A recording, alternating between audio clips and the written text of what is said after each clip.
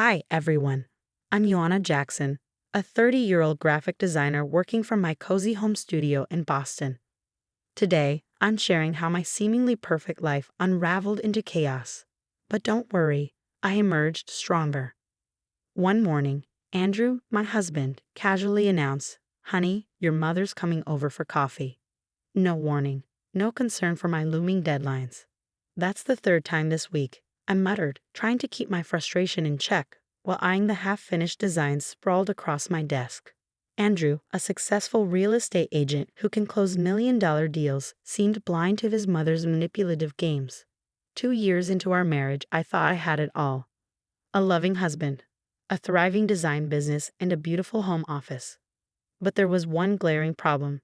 Anna, my mother-in-law from hell. "Did you reorganize my spice cabinet again?" I confronted her during one of her uninvited visits. "Oh, darling," she cooed, her syrupy voice grating on my nerves.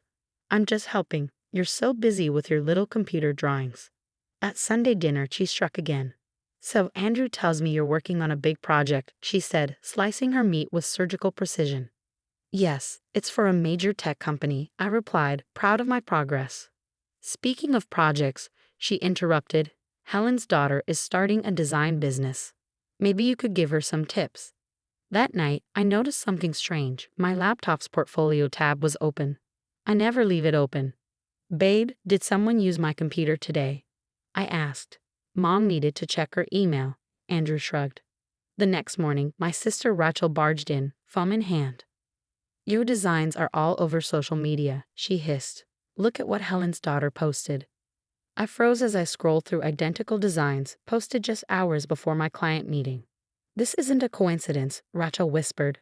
"I've seen Anna snooping around your office when you're not looking." That evening, my best friend Diane called. "Girl, you won't believe what I overheard at the bank," she said. "Anna's been asking about your business accounts."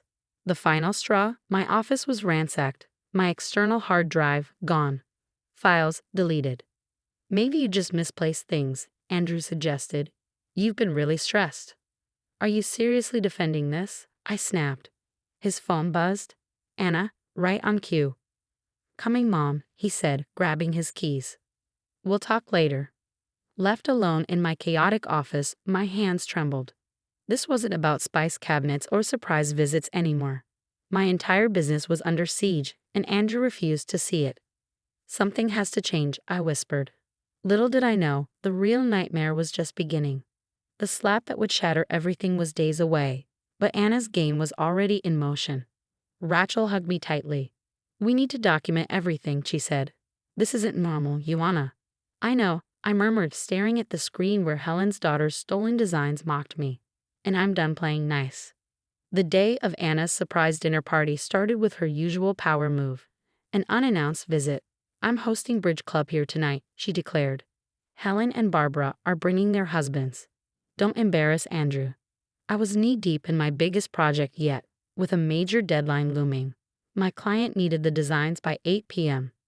"These have to be perfect," I muttered, rushing between my desk and the kitchen. Then everything fell apart. The smoke alarm blared. The roast was burning. Meanwhile, corrupted files appeared in my project folder. "Something smells burnt," Anna's voice rang out from the dining room. "Just a small setback," I called back, panic rising. As I tried to salvage dinner, the file transfer kept failing. My heart sank. Someone was accessing my cloud drive. The doorbell rang again. Helen and Barbara swept in, their husbands in tow. "Still not ready." Helen smirked. "Need any help, dear?" Barbara asked, her fake concern dripping like honey. My phone buzzed. Another client message. "Where are the designs?" "Just 15 more minutes," I whispered. Then it happened. A sharp, stinging slap echoed through the kitchen. Anna's hand. "15 minutes," she sneered. "My friends are waiting." The room spun as Helen pulled out her phone recording. "Mom, calm down," Andrew finally intervened. "Don't you dare tell me to calm down," Anna shouted. "Your wife is destroying our family's reputation." I touched my cheek, tears welling up. "She's just stressed," Andrew whispered later that night. "You know how important these dinners are." My phone buzzed one last time. Client contract terminated. I locked myself in my office, hands trembling as I opened my design folders. Everything was gone, completely wiped. You should apologize to Mom, Andrew said, knocking softly on the door. Apologize? I whispered, disbelief cutting through my grief. Are you kidding me? She's crying downstairs, he continued. Helen and Barbara are comforting her. I reopened my laptop and my stomach dropped. My designs were already posted on Helen's daughter's business page. Just then, Rachel burst in, holding a small, worn book. I found something, she said, breathless. You need to see this. It was Anna's old diary, hidden among the wreckage of my office. Rachel pointed to an entry from 5 years ago. My hands shook as I read. Finally got rid of that gold digger. A few well-placed rumors, some financial sabotage, and she's out of the picture. No one ruins my son's future, except who I choose. This isn't just about tonight, Rachel whispered. She's done this before. And Andrew, he's as much a victim as you are. But that doesn't excuse him. I stared at my reflection in the dark screen, my cheeks still red from the slap. This ends now, I said quietly. For the next week, I played the part of the broken wife, watching Anna's smug face as she basked in her supposed victory. She had no idea I was setting the perfect trap. I think I need therapy, I sniffled during Sunday dinner. Maybe I'm not good enough for this family. Oh, darling, we all have our limitations, Anna said, her smile as sweet as poison. Helen and Barbara exchanged smug glances. That night, I left my laptop open, a folder labeled New Designs. Confidential prominently displayed. Hidden cameras I'd installed captured Anna sneaking into my office at midnight. Got you, I whispered, watching the footage of her copying files. The next morning, Diane from the bank texted me. Anna tried to access your business accounts again. We flagged it. Another message from Rachel. Found the connection. Jimmy the Shark Martinez. Anna owes him big time. Later, I met Andrew's sister, Emma, at a quiet cafe. She hesitated before speaking. There's something you should know about my mother, she said. Remember Lucy, the church treasurer who moved away? What about her? She didn't move. She found discrepancies in the church accounts. Mom made sure she was discredited. The church fundraiser was in full swing when I made my move. Such generous donations, Anna announced from the podium, especially from our anonymous benefactor. Funny you should mention that, I said, standing. The bank has questions about those donations. Anna's face twitched. This isn't the time, she said, her voice strained. It's never the time, is it? I shot back. Just like it wasn't the time when Lucy found the missing money. The room went silent. How dare you? Helen snapped, rushing to Anna's defense. Show them the transfers, Anna, I challenged. Show them where the money really went. Barbara grabbed her purse, ready to flee. You ungrateful little. Anna lunged, but Emma stepped between us. Enough, Mom, Emma said firmly. I found your gambling receipts. Andrew stood frozen as his perfect family image shattered. Baby, she's lying, Anna pleaded, turning to him. Your wife is trying to destroy us. My phone buzzed. The startup using your stolen designs just got served a cease and desist. Check your phone, Hannah, I said, smiling. Helen's daughter is looking for you. Anna's face paled as she read the message. You set me up, she hissed. No, you did this to yourself, I replied. Every file you stole was watermarked. Every secret conversation recorded. Every bank transfer tracked. Emma stood beside me. The church board wants to see you, Mom, she said. Now. Andrew, do something, Anna screamed. But Andrew just stood there, silent, finally seeing his mother for who she really was. Meeting someone later? I asked, feigning innocence. Maybe Jimmy Martinez. Anna's eyes widened in panic. Whispers rippled through the crowd at the mention of the loan shark's name. This isn't over, she hissed, grabbing her designer bag. Actually, it is, I said. The FBI is very interested in those offshore accounts you've been using. As Anna stormed out, her perfectly crafted world crumbling around her, I caught Helen and Barbara trying to slip away. Don't forget your recordings, I called after them. The ones you edited to make me look crazy.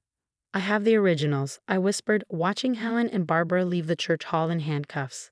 The room emptied, leaving Andrew standing alone. Yuana, he began, his voice uncertain. I held up my hand, cutting him off. Save it. The divorce papers are on your desk. 1 year later, I stood at the podium, accepting the award for Most Innovative Agency of 2024 at the Digital Design Awards. The applause echoed around me, a testament to how far I'd come. As I stepped off stage, my assistant leaned in. Your security system detected movement at the back entrance. I glanced at the surveillance feed. Anna, her once impeccable designer wardrobe was replaced by a worn waitress uniform. She was arguing with security. "Ma'am, you're not on the list," the guard said firmly. "But that's my daughter-in-law," she pleaded. "Ex-daughter-in-law," I murmured, watching her desperation through the screen. My phone buzzed. A text from Rachel.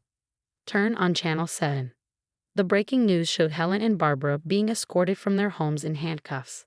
The suspects are charged with multiple counts of fraud and conspiracy. Another message followed. "Andrew, can we talk? I've been in therapy. I understand everything now." I stared at the screen for a moment, then deleted the message. "Ms. Jackson." A young designer approached me at the after-party. "Is it true about Anna Thompson's gambling ring?" "Old news," I said, sipping my champagne. "Focus on your designs." Emma joined me, elegant in her new business attire.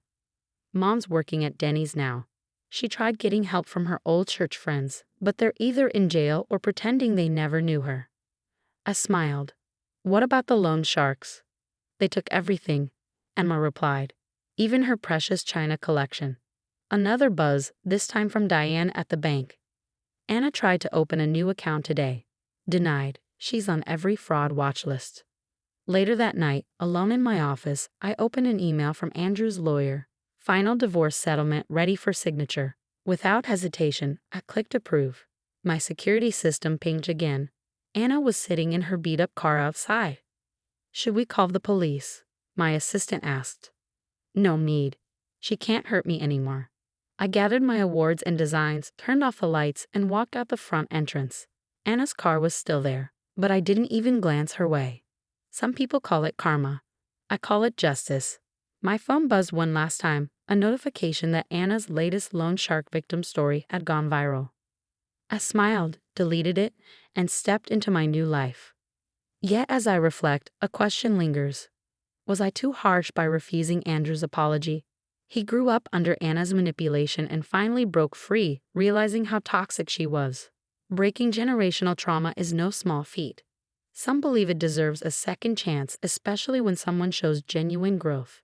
But I chose to prioritize my peace and success over reconciliation. What would you have done in my position? Could you forgive someone who enabled years of gaslighting and emotional damage? Or do some bridges, once burned, deserve to stay in ashes? Share your experiences and thoughts in the comments. Have you ever had to choose between forgiveness and self-preservation? How did it turn out? If my story resonated, consider hitting that like button and subscribing for more real-life stories about standing up to toxic people and choosing yourself. Sometimes the strongest thing we can do isn't fighting back, it's walking away and never looking back.